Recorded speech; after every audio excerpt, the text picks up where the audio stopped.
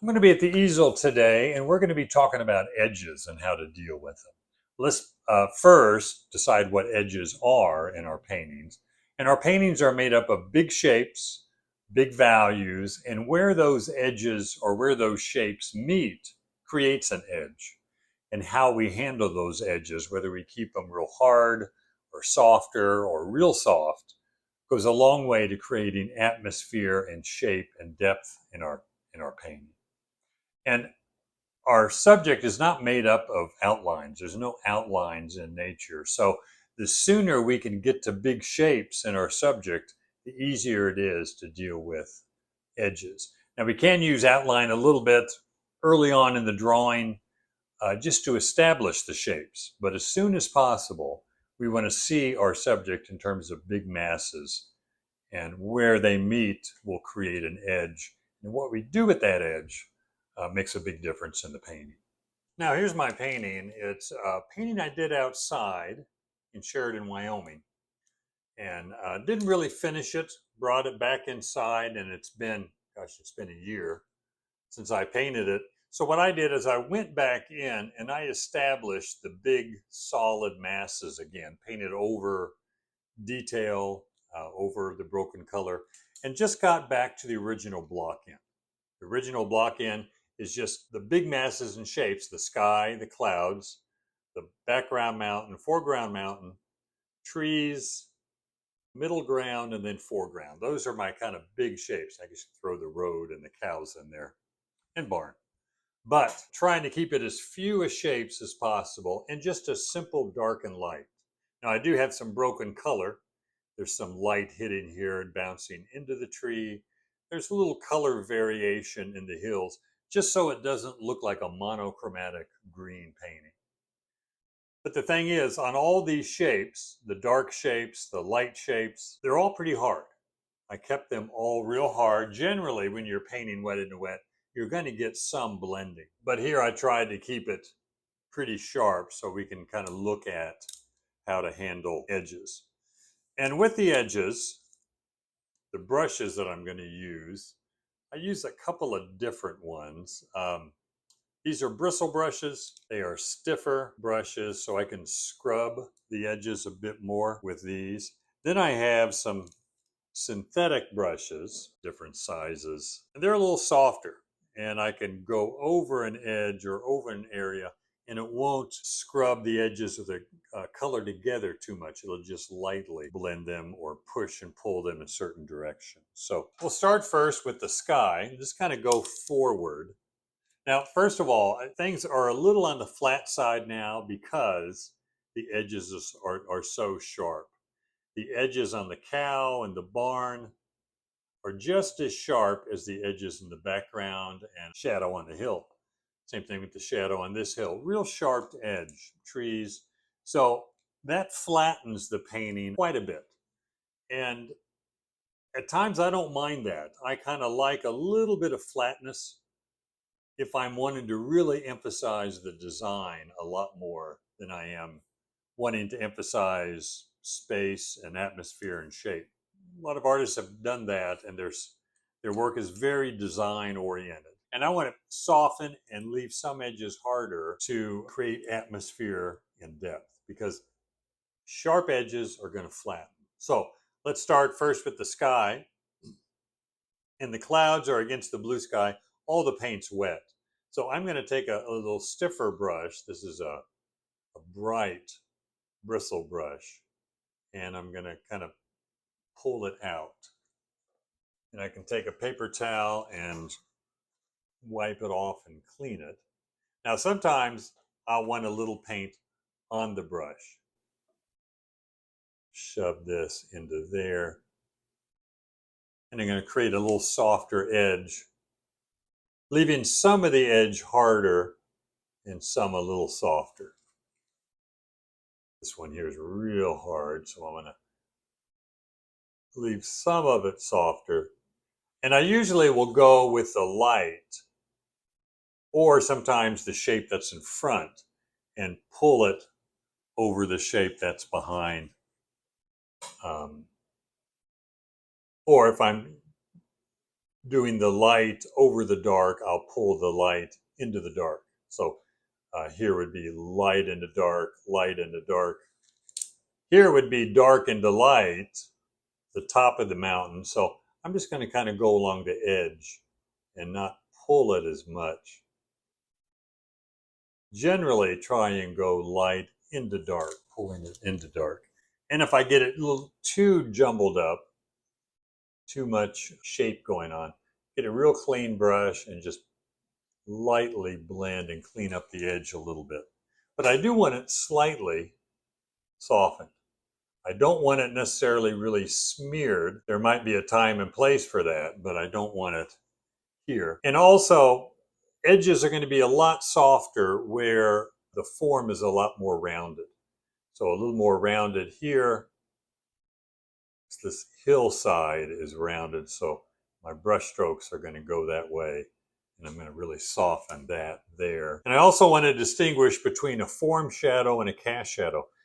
This is a cast shadow from something in front, right here, this little knob of a hill, and it's cast in a shadow back in here. So that's going to be sharp because this hill is cast in a shadow there. But in the foreground, it's going to be softer. I'm not in the foreground, on this side. So cast shadows are harder where the shadow is cast, but where the form turns, it has to be soft because it's going from lighter to darker. And then the cast shadow being harder. I'm going to switch up brushes and go to a little bit longer synthetic. And I want to soften this. Again, this is wet paint, so it's going to soften nicely. I'll leave it a little harder on the back edge because that's the edge of the hill, in front of that hill. And I want to soften the edge here because it's further in the background. That should be a little bluer also. But form shadow here, so I'm going to push and pull. Now, a lot of times too, I will get a little bit of color on the brush. And these colors I've mixed are fairly simple to remember. You stick with the same palette, it's a lot easier to look at your painting and remember what you've mixed. Now, I do want to cool this off back in here. This is way too warm of a shadow. I'm going to get some white and blue, and since this is wet, I can just scrub into that. Lighter and bluer.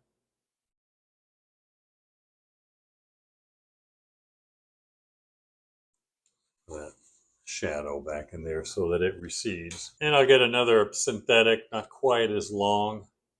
Kind of push the light into the dark there. I want to round this off here because it's a real rounded shape. Leave it a little harder there and there. And lose the edge there. Now I'll drop down to these trees. The trees a lot of times will need a halftone to soften the edge. So I'm going to get cad yellow light, a little bit of phthalo blue. And that's pretty much what both of these colors are in the light and the shadow. So I just want a value that's kind of in the middle. And I want to use that to soften that edge. And that's going to make that form turn a lot more. I could just blend it together, but it doesn't always work as well just blending. Especially when you have something as three-dimensional as this tree. It needs more three values to make that form turn around rather than just softening an edge. I'm going to go back to a bristle brush, a little bit longer bristle brush, and kind of scrub on the outside edge. Again, the tree into the mountain color, the lighter into the darker works better. Same thing on this side. And I don't want it all real soft, but it has to sit in space, have a few harder edges against the background to make it come forward, but then soft enough to make this form looks like it's rounded. So there might be some areas and adjust a little bit. I want a little bit harder. Right in there against the shadow of the mountain. Now these I want to leave hard. It's a right angle between the light and the dark, and that's going to be a real sharp corner. Same thing here. I want to leave that hard. That's more the focal point. I got my lightest light here, darkest dark. I could put a spot of color down here, just something, bucket, anything for a little bit of color variation. But I'm going to leave those real hard. Now I could soften, and I'll get a bristle brush, a stiff one, to make this recede and go back. I'm going to soften that background roof.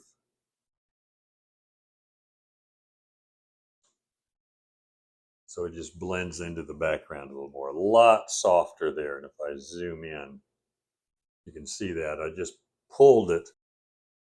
And I can always come back and get the background color and if I pull it too much. But I want that soft edge there compared to the hard edge here. And that's going to go a long way to make that flat roof shoot back into the background. Now I'll take the same stiff brush and just lose some edges here, but shadowed barn is not wet, so I'm having to kind of scumble wet paint on dry, which is doable. And that helps there too. A little bit of a hard edge in a few places, but that little bit of a few soft edges, again, creates more depth back in there. And while I have this zoomed in, I don't want to lose these hard edges between the dark and the light. Although generally speaking, edges within the shadow are always softer, so I don't want to get them too hard.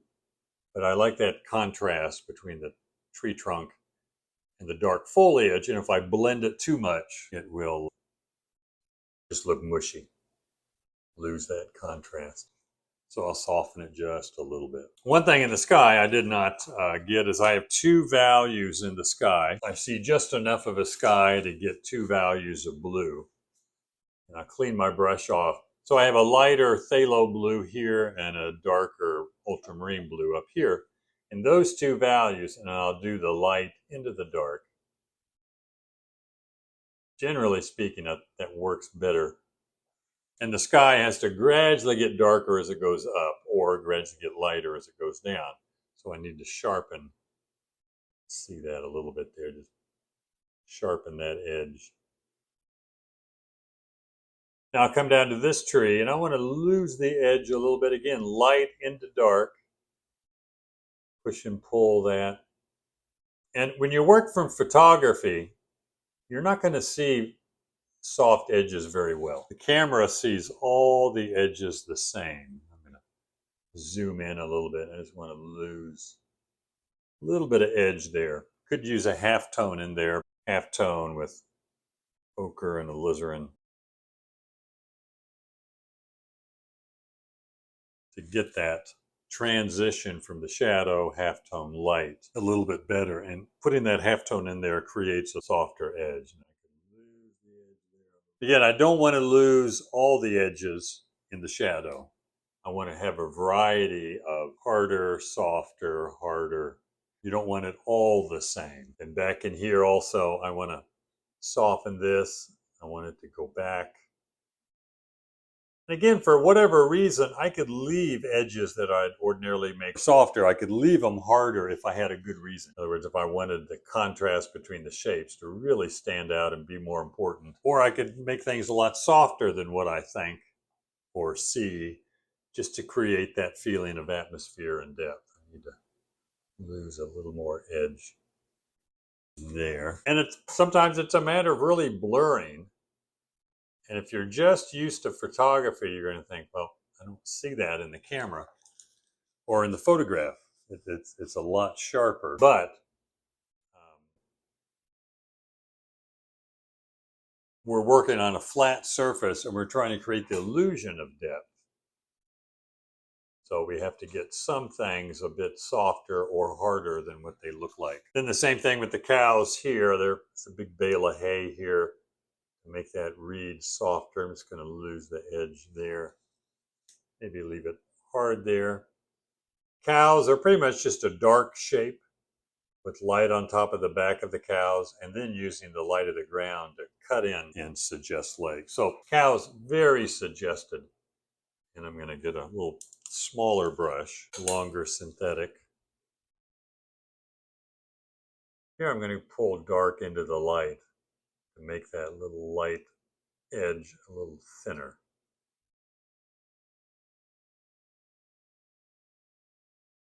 You know, variety of hard and soft. Same thing between the grass and the dirt, greenish grass and the orange dirt. I want to lose some of the edges, but I want to keep some of it hard edged because that is an important line that kind of flows through here. I need something, some bit of a stop here. Lift up the fence there because the road comes this way and it just leads right off the canvas. So this one breaks that line and makes it stop there. It has nothing to do with edges. Just need to make it stop before it leads the viewer's eye off the road. Trees over in here. I'm just gonna not creating halftone here. I'm just softening edge. And you go light into dark.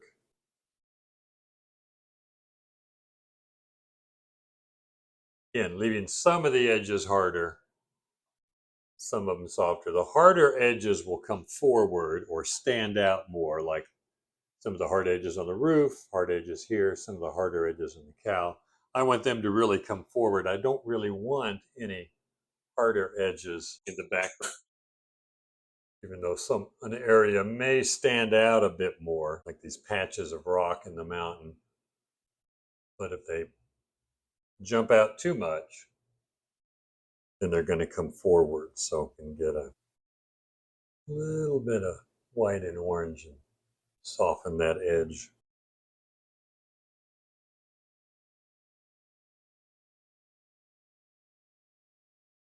And also cool that down because it is in the distance.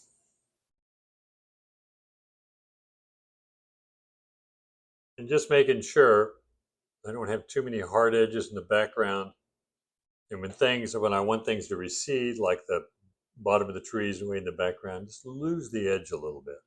I don't want to lose it to the point where my form looks mushy, but I do want a variety. Hard and soft edges, that shows more shape and form. And a lot of times when I'm painting, edges will be one of the last things I'm thinking about.